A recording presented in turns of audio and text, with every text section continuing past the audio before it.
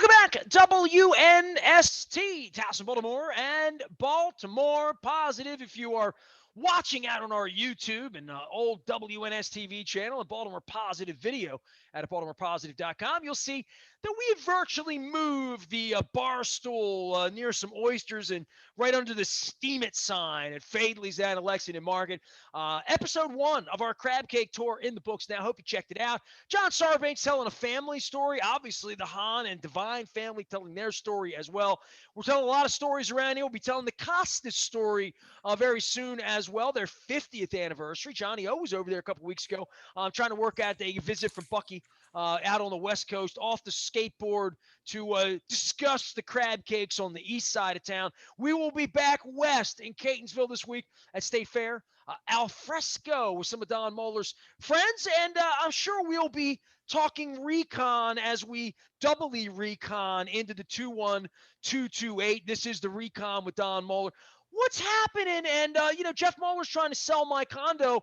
My wife's like, hey, Catonsville's a nice community. You're not running for mayor now. Maybe we can move to Catonsville. So I don't know, Don. Neighbors, you and me, Opies, I don't know how they would throw me off the bar over there at El Guapo, I think. Well, there are all kinds of wonderful communities all around the region, whether it be Baltimore County, Anne Arundel County, Howard County, Baltimore City. I mean, great places to live. If you get that condo sold, which it's hard for me to imagine that it won't sell given those incredible views. Hurry, folks. Hurry. We've had people come by. It's all good. You'll have your choice of places, but you'll jump at it, But I mean, my place is beautiful, and we've had a beautiful 18 years here. Incredible 18 years here. So now you'll go in the next journey. Well, Nestor, I have to laugh. I swear we start every week on the Recon the same way. I put some things down that I think are in the news. You put some things down that they think are in the news. And the next thing I know, the night before or the morning that we're getting ready to do the Recon. Let me guess. I don't even know. We don't green room each other. You want to talk about the Republicans not investigating an attack on the United States Capitol? Let's start there. I mean, that wasn't, as I said, it certainly wasn't on my list. Why wasn't it on? I'm pissed off all over again. Well, and I don't want to know that, that, you know what I mean? Like, I'm mad all over again on that topic. Well, let's try to. That's a pretty, baseline topic of, the sanctity of the United States of America. If we're not taking that serious, if that's not a headline, I don't know what is, Don. I'll be honest with you. Let's try to not scream and shout, which is hard because you're right. It makes you want, it makes every part of your head explode. And let's try to take not only a historical look, but a current events look at why Kevin McCarthy and Mitch McConnell are doing what they're doing. So you go back September 11th, 2001. In 2002, we have this incredible comprehensive report on 9/11 that identified gaps in our protecting America, agencies that were not talking to one another, with the sole goal of that commission that looked in that bipartisan reports of violence that weren't taken seriously. Right? Correct. I mean, ignoring things that could have been one of these bombings that didn't happen in Times Square because they cut it off before it happened, right? Ignoring threats of Al-Qaeda up and down the list. So we ended up with a better country and a better protected country post 9/11 because both sides of the aisle took that task seriously and said this can't happen again. We have to figure out so that this doesn't happen again. So we fast forward to January the 6th, 2021, and we have an insurrection at the Capitol. Now, there are a couple of Looney Tunes, Margie Q and some of the others, and Paul Gosar in the crowd who now want to pretend it didn't happen. They're so ridiculous. Nothing Orwellian about that, right? Yeah, I mean, that's as bizarre as it gets. The final command, right? Your eyes will lie to you, right? Right. We watched it. We watched police officers be killed. We've been down that road ad nauseum. So let's let's fast forward to what has just happened with the commission. So Kevin McCarthy deputizes basically another Republican congressman, says, you go negotiate. We need these things if we're going to have this commission. Democrats capitulate on every one of the items. They go, yeah, yeah, yeah, yeah. Okay. They reach an agreement. This Republican congressman comes back and says, okay, they've said they agree to everything. It's going to be equal number of members, Democrats and Republicans. It'll be bipartisan, off and running. Let's go do it. McCarthy changes course right at the 11th hour. Now, again, I have written extensively about this recently. Again, I hope if you're listening, you'll go to donmolwer.com, check out the latest edition of The Front Porch, because I write about why Lindsey Graham and Kevin McCarthy, and now, of course, Mitch McConnell, are doing what they're doing. And it's reprehensible, but it's simple politics. Kevin McCarthy has decided that there is such an overwhelming percentage of people that are supportive of the former president that anything that would embarrass the former president would not be good for the Republican Party. Just recently, there's a new Politico poll that shows in a straw poll for 2024 presidential politics, Donald Trump was at 47%. Donald Trump Jr., the Trump brand, was at 7%. So 54% of Republican voters want someone with a Trump name. I think the next person in line was Mike Pence at 13%. No one else dotted 10. So not Joe down in Florida. He's not doing well. No, Ron DeSantis. Nobody else was above 10. So the bottom line is, I'm sure Ted Cruz thinks he's going to be president too. Marco Rubio too. They all do. But they all think they have to do it by riding the Trump wave. And here's what they've calculated. And Nestor, I'm not prepared to say they've miscalculated. We'll have to keep an eye on it. They believe that what they have to do is the whole shiny object, right? How the shiny object. Convince people that we have to be talking, if we're going to investigate the insurrection, we also have to be talking about Black Lives Matter. We also have to be talking about Antifa. They want to go back to when a crazy guy shot Steve Scalise in a softball game. What was that? I think 2007 or whatever it was. So it's all for distraction when there are only a handful of Republicans, and we'll see how many, who are willing to say, wait a minute, the issue on January 6th wasn't Black Lives Matter. It wasn't Antifa. It's not some nut at a softball game shooting Steve Scalise. It was insurrectionists on January 6th. And we need to find out what happened so our Capitol is never breached again. So all of this takes place. I doubt that they'll get 260 votes in the Senate. I cannot imagine, particularly now that Mitch McConnell has come out and opposed the commission as well after supporting it. And the bottom line is they have decided all the eggs in the 2022 basket are in with Donald Trump, and we're going to see where, I mean, Nestor, as I was going to bed last night, the latest report, you're right, you can't make this stuff up. That's why, if people turn into the Recon, they probably wonder, I wonder if Don... the fictional direction, right, and how wild it's gotten in the aftermath of a pandemic. Now that we have some sanity back, the fact that Joe Biden's never, ever, ever, ever could do anything to win over these people that are still hanging Trump flags next to your place in Kent Island, I don't know what to say other than you really do want a civil war, because this is still America, and we is always better than us versus them. And, I had somebody say this to me this week.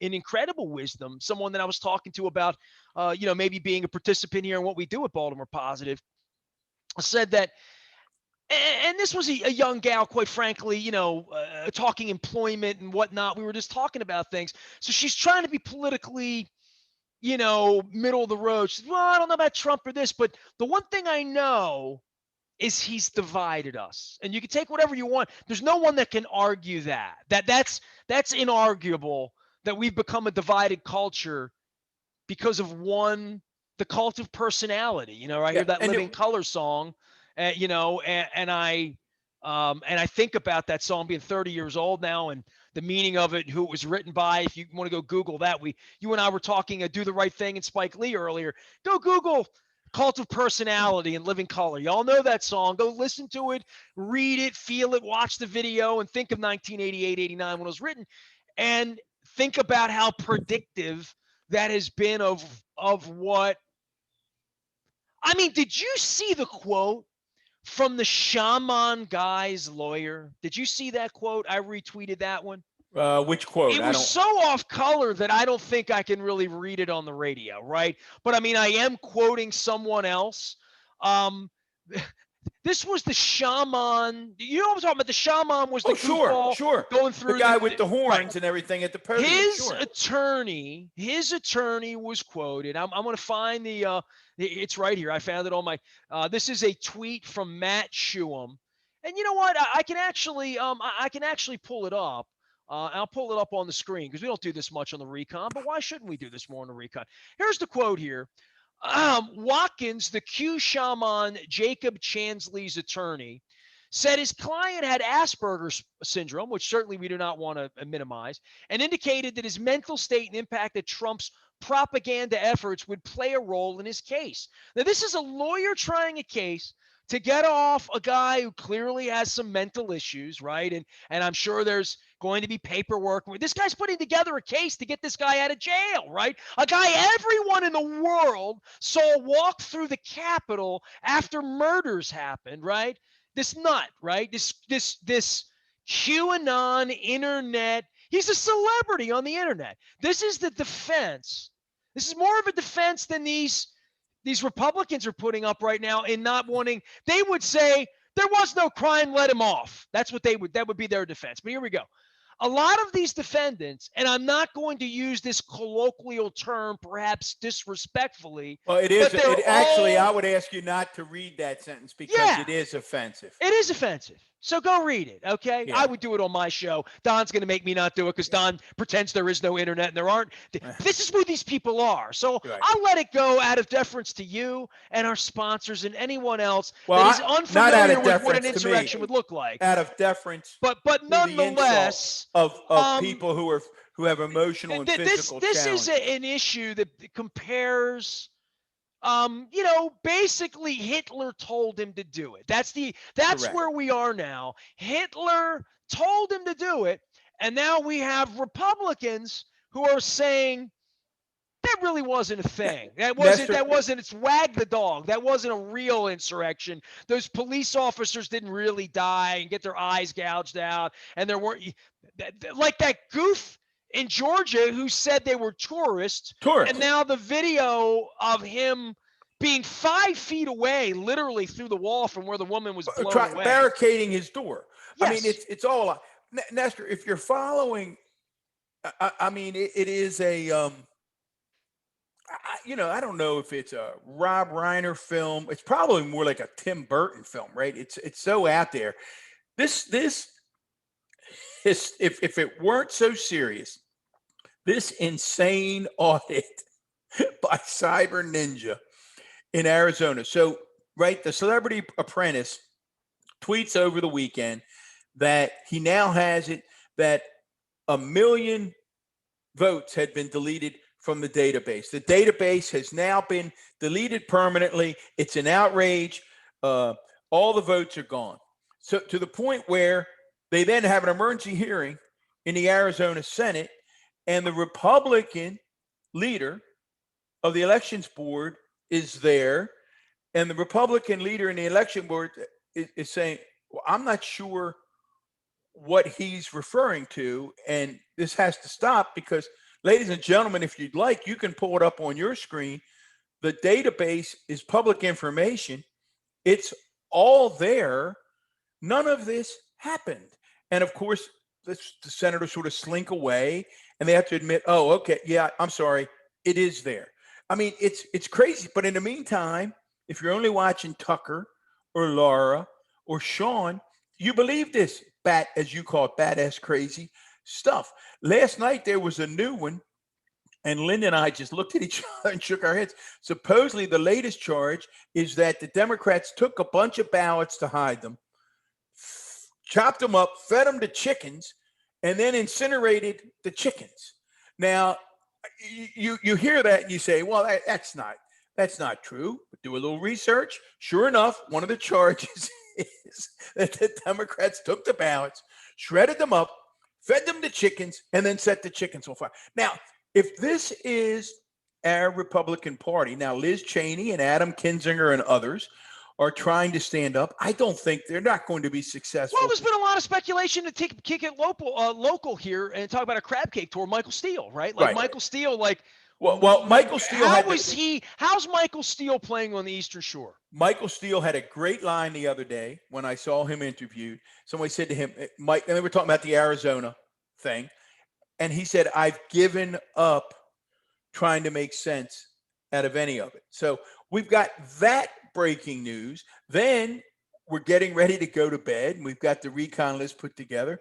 And we get the breaking news, boom, coming out that the New York Attorney General has written a letter saying, I'm informing all the parties that we've now moved beyond a possible civil case against the Trump organization to a criminal case. And we are cooperating with the Manhattan District Attorney. So all kinds of things are happening in Trump world. If that's not just part of what's happening, then yesterday, and Nestor, I do look forward to the day.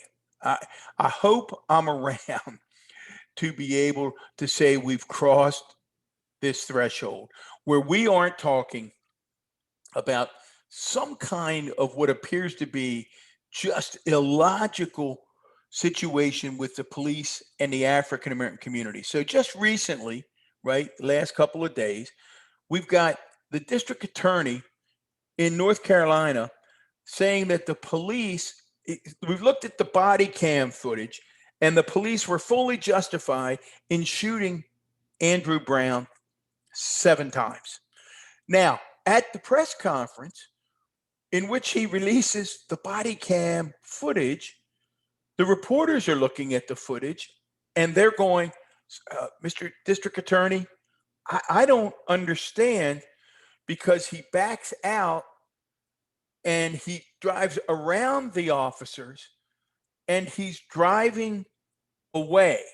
I'm confused at what you're saying about him using the car as a weapon to endanger. So people, it goes back to what you said a little while ago, Nestor, about January 6th, about not believing. We're watching, I've now watched that body cam footage probably 4 or 5 times. And listen, should you stop when the police say stop? You're damn right. I stop. I would stop. Police say get out of the car and put your hands up. Damn right. Get out, put your hands up. He didn't do that. But he also didn't try to run over the police officers. And for me, the issue that this raises, and we talked about this maybe 6-9 months ago with Scott Schellenberger in Baltimore County. And Scott and I probably have a different take on this. I've always worried about the relationship of state's attorneys and district attorneys with the local police departments. The relationship very often to me seems too close, much too close for them to be objective, which leads you to whether or not independent panels ought to be making these decisions. So we get ready to talk about all this stuff on the recon, and then there's this breaking. So I'm sure we'll do the same thing again next week. We'll have a list. We'll put it together, and then we'll have 2 or 3 breaking stories the night before. So I mean, I don't know what your thought was if you had a chance to look at the district attorney and the Andrew Brown thing, but it just seemed odd to me that you shoot somebody 7 times when they're driving away from you. Do you want them to drive away? No, but I don't know that you shoot them 7 times, Well, right? I don't know where the answer to any of this stuff is, right? I mean, I go back to the Bruce Springsteen 41 shots and being in New York the night that happened. And, along the lines, I'm going back 22, 25 years ago now to that song. And then back to NWA and where they were in the 80s with the police and feeling of being wronged, right? So I don't it happens again and again and again. George Floyd, I mean, and now in the era of video cameras, when we've seen it and seen it more than that, see what the trial looks like, right? And I keep going, I always take you back to that trip to Seattle a couple years ago where it was raining and my wife put To Kill a Mockingbird on and I saw a trial and whether you can even get a fair trial, right? Like, Right. I mean, we started this with we've had the Capitol of the United States breached, and we're trying to figure out whether we can get a fair trial on that. What chance do you think George We're Floyd trying to has? figure out, Nestor, if we can have a group equally divided among Democrats and Republicans call witnesses to talk about what. Now, here's, To watch something that's right. self-evident, as Abraham Lincoln would say, Well, self-evident. again, the political calculation there, and we started and then we jumped to some other things, is McCarthy and McConnell know that if there's a commission taking a look at this for the next 8 to 10 months, we're now down to about 17 months, believe it or not, from another election, from the midterms, which by all accounts, Democrats should not do well in. What they've calculated is if we've got 8 to 10 months of people talking about President Trump leading an insurrection, if we've got Kevin McCarthy having to testify that he's screaming at President Trump on January the 6th, saying, "Who the F do you think you're talking to? You need to do something." They know that's not good for the Republican Party. So they are, as I said earlier, they're putting all their eggs in one basket, and we'll see how it plays out. Hey, before we wrap up today and move on to greener pastures, where are you on the mask thing? I've got one of the things I want to mask or not to. We had those idiots again, Margie Q and some others, carrying on the floor of the House. I thought it was interesting that 90% of the Democrats in Congress are vaccinated. 70-some percent of the Republican senators are vaccinated, but only 40% of the Republicans in the House, because half of them are the Margie Q, Paul Gosar group, and they're parading around and saying it's oppressive to make you wear a mask. Where are you now that the CDC's relaxed guidelines? What are you doing out in public and when you go in places? I'm keeping my mask with me. I'm at the 2-week mark right now, like literally on the cusp. I just don't. I mean, I went out and had a beer. I went to the Chaucer, one of our new sponsors. I'm going to hold the cup up for everybody. You can go listen to Brian Eater, one of my childhood friends from Berkshire. Dundalk guy, he's good stock, Don. Opening a bar on a hill in Highlandtown. I'm going to take. We're gonna get over there into Brooke Learman's district over there and visit up with with I forget Zeke Cohen. I'm sorry, over on the east side. So either way, Chaucer making it happen. But it was the first experience I had. It was 80 degrees. It's sort of outdoor because there's a window. It's kind of so I had a beer. I sat at like a bar, and I watched the Orioles. How about that? So I would say that I'm getting there, but that doesn't mean that I'm hugging people or I'm shaking hands or I'm. The thing I'm still noticing, I was at Wise Markets on your side of town. I was over at Maiden Choice because I was over at State Fair grabbing some food. You got Sure. I had some chicken. You saw my chicken and waffles, didn't you? So I'm over at Maiden Choice, and I noticed in the Wise, I went through, and it wasn't crowded. It's a small little Wise over there. It's not a really big store, but maybe 20 or 30 people in there. So it wasn't like a line to get check out or anything like that. But I did notice everywhere I went, people are avoiding each other like a video game. Like trying to stay as far away as they can without looking like they're coming in. So everyone is still, you ever see ants go into the hill where they all sort of Sure. find their way around, right? And they all stay equidistant, sort of, kind of. I think there's a distance issue now. And I don't know when I'm going to walk in the Wise and no one's going to have a mask. Like, I don't know what day that's going to Well, happen or I don't know when I'm going to walk somewhere inside and no one's going to have a mask. I always think there's going to be somebody in there that's immune suppressed that I'm not going to be asking questions, but I am going to feel like, and I'm not going to say this, if I were a single guy, I'd say, I bet you have a pretty smile under there, whatever that would make someone feel like they'd have to show me their smile, but I'll be happy to show someone my smile if they want to see it. I'm not hung up on it, dude, because I'm not a jerk. And even whatever jerky tendencies I may have had at one point in my life, I'm really trying to be better than that, right? And so in this particular case, I don't know, man. I'm human. I've seen my wife bald twice. I mean, you have family members that are immune compromised. My wife is diabetic and like all that. I'm not here to oh, judge, hey, listen, So Nestor, I'm telling you, there's no doubt in my mind. I mean, we've said before, you know, Linda went through she rarely gets through a winter without one or two bad bouts of a cold or flu-like thing.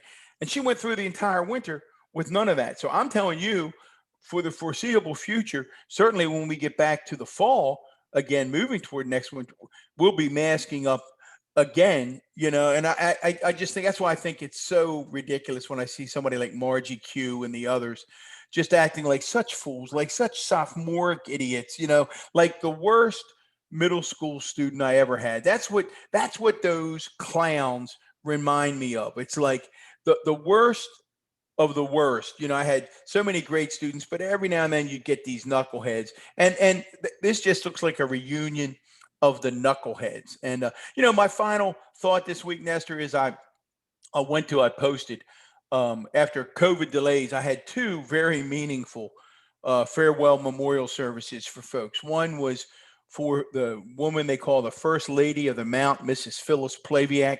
Mrs. Plaviak, long time Mount St. Joe supporter. I've read your Her tributes, Oh, online, and it's just amazing when people pass the words people write. well, It's tragic and it's beautiful. You her know what I mean? husband was probably at the Mount for 50 some years, long time, legendary soccer coach, athletic director. And, I went to that ceremony. Almost everybody, people were still pretty much masked up. And then yesterday, recently said goodbye to a cousin from an older generation. And again, wonderful, wonderful human being.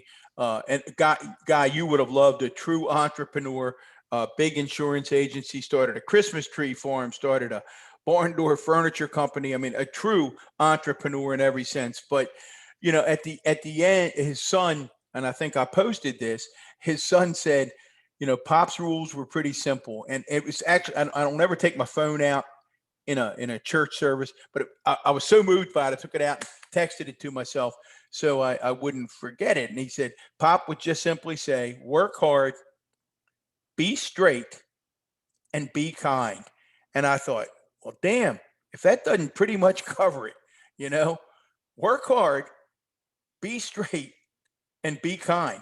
That that would pretty much that would pretty much cure a lot of ills. But I guess my takeaway, Nestor, was none of us like memorial services. None of us like funerals.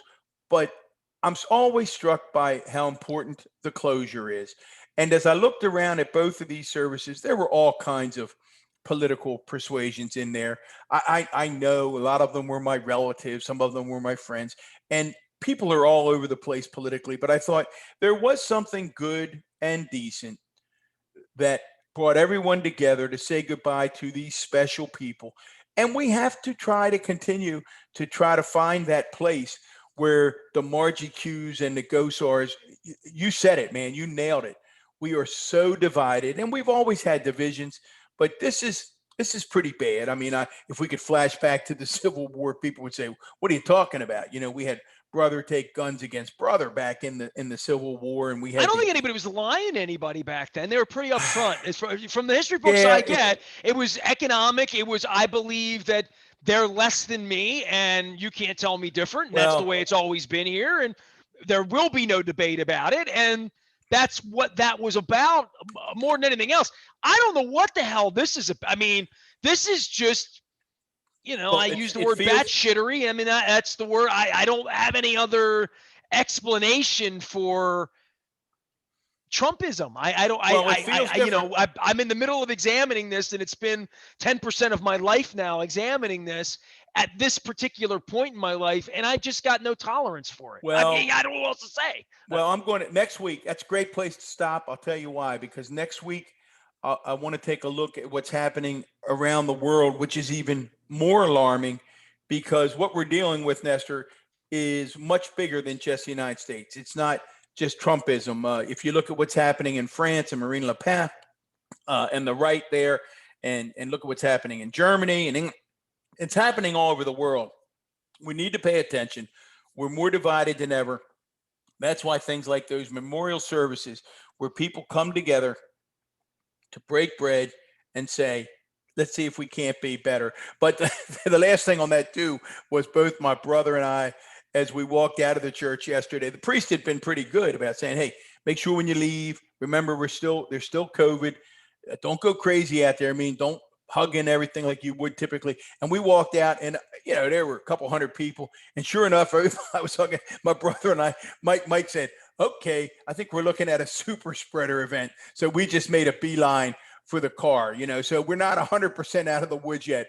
We weren't ready I would not participate. We were not ready to start. No, I just wouldn't. I mean, no. I think right now, and I dare I say, but if anything awful were to happen in my world right now and people would want to hug me on Monday, I wouldn't be digging that. We went right to the car and we waved to people, and I'm not ready for that. I'm ready to go to a beach next week and be left.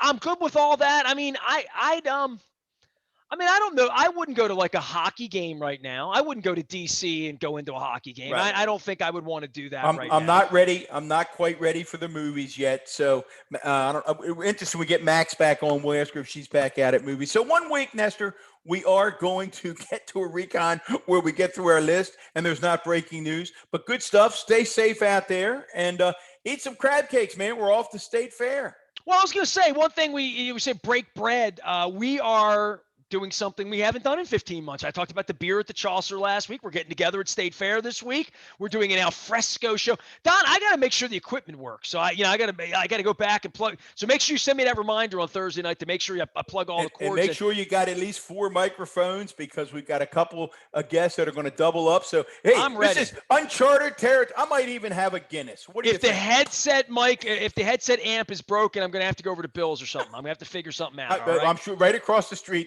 Hey man, any port in a storm, I'm all for it, man. They'll plug me and get me going out there. All right. On behalf of former Baltimore County Executive Don Moeller and all of our sponsors, including our friends at Fadley's, where episode 1 is now up at Baltimore Positive, our friends at Costas, where we're doing episode 2, State Fair, episode 3. I'm getting it all out there. The tour is underway. We have Dutch Rupersberger joining us in June at Pizza John's. We've got some rumors that Brandon Scott might be joining us at Coco. So we have things happening here. Stuart Pittman down at G&M. It's happening. It's happening. It's on. The Crab Cake Tour. Barry Glassman up in Barrett's. We're going to be all over Don, the place. I'm tippy-toeing into it so everybody knows what it is. I'm writing about it right now. I'll be getting all that out.